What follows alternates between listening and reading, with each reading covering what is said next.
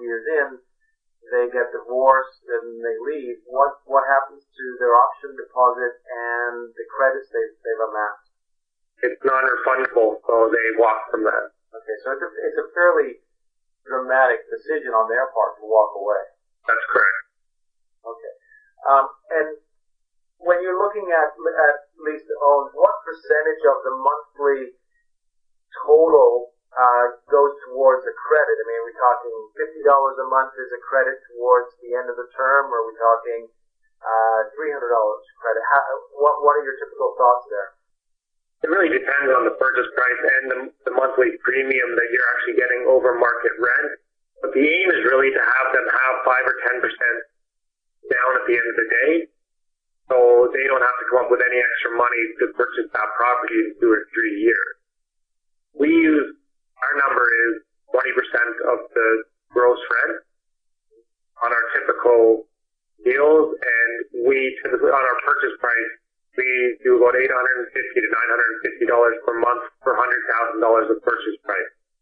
So say on a $200,000 house, you'd be renting anywhere from $1,700 to $1,900, and 20% of that would be going towards your down payment. So $340 to $380 per month you would be saving towards your down payment.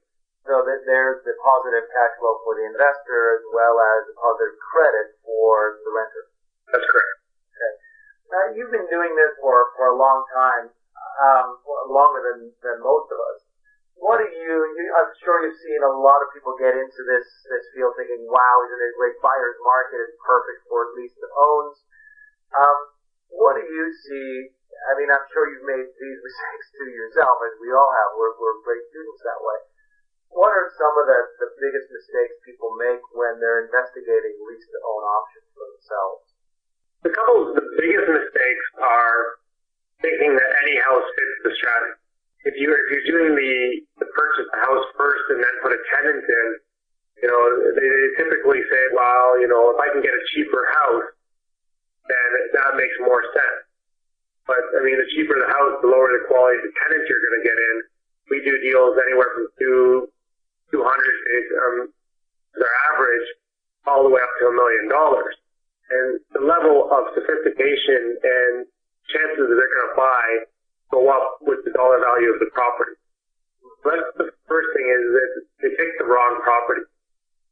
Second is, once they have that property and they're feeling a little pain, they've carried it for a month, that they just want to put anybody in. They're just saying, okay, you have some money to put down, or maybe you don't, I'll take it on layaway. Let's just get you in and start paying monthly rent. First off, if they have no money down, then the chances they're going to pay you rent probably are not very good, and you're just going to end up evicting them and putting somebody else in. So what is greater pain?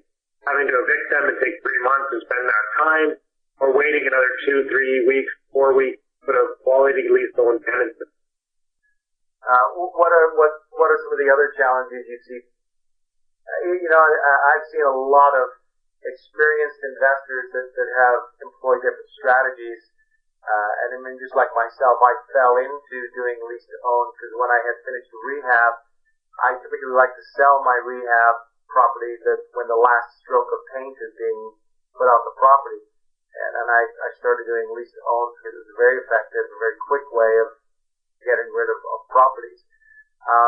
And so there's a lot of very, very experienced investors out there that think they get it, think they understand it. Other pitfalls even experienced investors can fall into beyond the wrong property and the wrong tenant, or that's pretty much the two real biggies?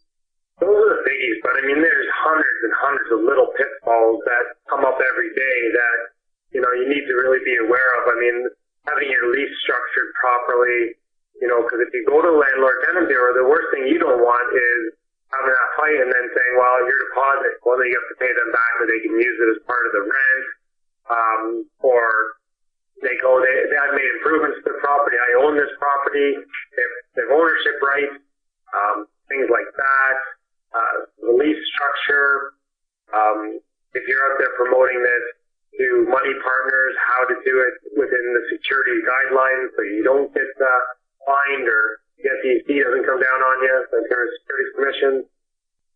Those are a couple more big ones, but just generally, it's not dealing with the tenant correctly either. Some people just take this and say, well, great, I can walk away from it. There still needs to be hands-on tenant management.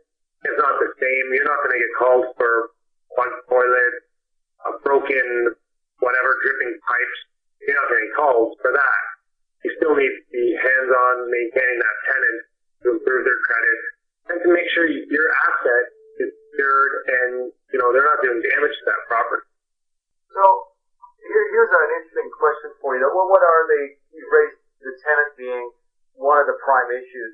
What are your minimum requirements? You've said obviously you need to look at the income of the person. Have there been, what's their credit history? You do some assessment there. What are the minimums for those of us who typically have the property first and we're bringing people in? What things scare you when you're looking at potential renters? What do you say no way to? If they've been bankrupt more than once is a big one. If they've ever defaulted on a CMHC mortgage and have not, if they've ever defaulted on a CMHC mortgage, it means they're generally blacklisted from CMHC. The avenue to sell them that house is just gone. And it's just going along with their credit report. And if their story checks out, we had a lot of divorces where one of the spouses ran up bills and the other one's left holding the bag. Business owners, their business went sour. Now they've just gone back to the corporate world and they're doing well. You can typically see that they're starting to rejuvenate themselves before they come to this process. So it's really that you want to see that they're making that effort. If you see people and they're not making any effort and they're really behind in their bills right now, and there's some people we've looked at and said, listen, before you even think about us, you should go bankrupt. It's in your best interest.